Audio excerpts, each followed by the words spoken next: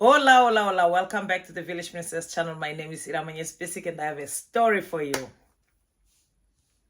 I reconnected with my childhood crush many years later, and it was nothing similar or close to what I had envisioned, had designed, had created, had imagined in my mind.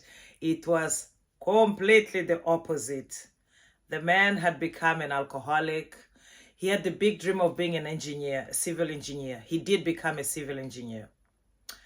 But anyway, by then I was an orphan and a mother of one. My parents died when I was still a teenager, when they both died of HIV. My dad was a very big humanizer. I don't know what my father did for a living, but we moved a lot when we were young. So that's us moving every place that we went. My parents, they would be fighting because my dad was dating a different woman. But one thing I must give to this guy, he would always pack his family and go with us.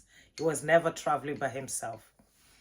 How do I know that they died of HIV? Is because one day, when they were already sick and my father was losing so much weight, they were fighting very loud and very aggressive with my mom, and she was accusing him of bringing the disease to the house.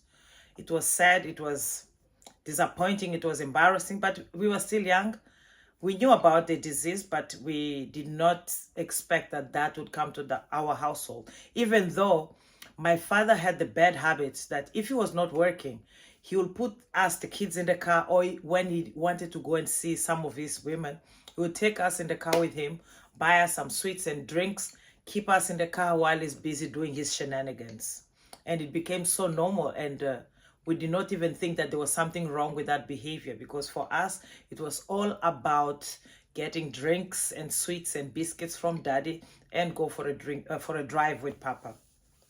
Papa, that means daddy. After the passing of my parents, we got distributed. We were 4 siblings. 2 went to live with my grandparents, and then 2 of us, we went to live in the north of the country with my aunt. But she was really good to us.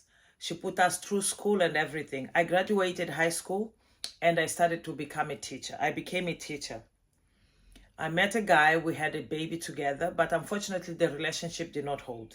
He's a nice guy. We are still in contact and we have a beautiful relationship, but we are just co-parenting. It was not meant to be. One day I'm scrolling on Facebook.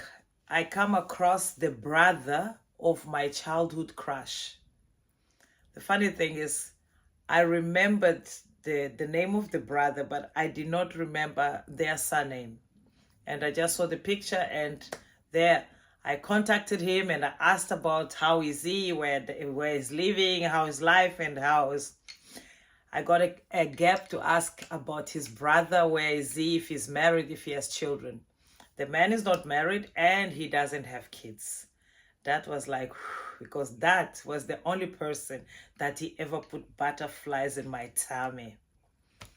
I got his contact. I contacted the guy, but what the brother did not tell me is that my man, my dream man, on top of becoming a civil engineer, he has become a full-blown alcoholic. He smokes cigarettes like a chain, one after the other. I don't know why he became like this, because he wasn't like that when we were young. He came from a very good home, both married parents with, he had like 2 brothers and 1 sister. And it was such a beautiful home that I wanted to be part of. Anyway, fast forward, we decided to meet in another town that he was staying, because at this point I was living in the north of the country. I had to come to the south to meet him, but I had an aunt who lives on that side. Family, cousins and aunts, that I went and I stayed with them for the time that I wanted. But the only reason that I traveled to this side of the country was just to meet this guy that I thought, now that we are grown, we're gonna become a couple. Who? For my disappointment, we planned to meet in a place. We meet, I'm waiting and waiting and waiting. The next thing I see, this guy is coming, tall, skinny, not looking good at all. But I recognized him. hi, how are you? And he was excited to see me, gave me a strong hug, but the man was like, not what I had in mind. But anyway, I was polite, disappointed, but polite. We talked, we planned, and some of the things that he was saying did not make sense for me. I was wondering on my mind, I'm like, what the hell happened to my dream man? He was not really talking, he was not telling me much about his life, but from there I knew for sure that I've woken up from my dream. This is not what I'm looking for. Anyway, that was the first and the last time I saw my beloved. The motto of the story is not always what you think it is, or the images that you put on your mind is going to be what you get when you meet the people. You just have to keep going in life and be in the moment.